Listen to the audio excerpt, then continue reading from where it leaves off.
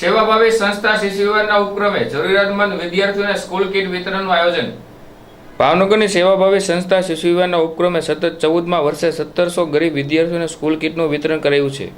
શિક્ષકોના સામાજિક ઉત્તરદાયિત્વ કાર્યક્રમ અંતર્ગત દાદાશ્રી મુકેશભાઈ ઓઝા પરિવારના આર્થિક સહયોગથી નગરપાલિકાના શાળા શિક્ષકો દ્વારા પસંદ કરેલ જરૂરિયાતમંદ બાળકોને પ્રાથમિક રીતે સાધન સહાય પહોંચાડવામાં આવી છે।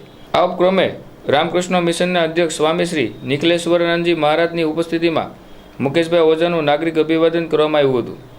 તેમજ નગરપાલિકાના પ્રાથમિક શાળાઓના વિદ્યાર્થીઓ માટે શિશુ વિહાર દ્વારા સતત 16મા વર્ષે બાળ પુસ્તકાલય અંતર્ગત 100 પુસ્તકોનું સેટ વિતરણ કરવામાં આવ્યું હતું। શિશુ વિહાર પ્રાંગણમાં યોજાતી વિવિધ તાલીમો માટેના સમસારા ભવનનું લોકાર્પણ સ્વામી શ્રી નિખિલેશ્વરાનંદજી તથા મુકેશભાઈ ઓઝાના વરદ હસ્તે થયું હતું।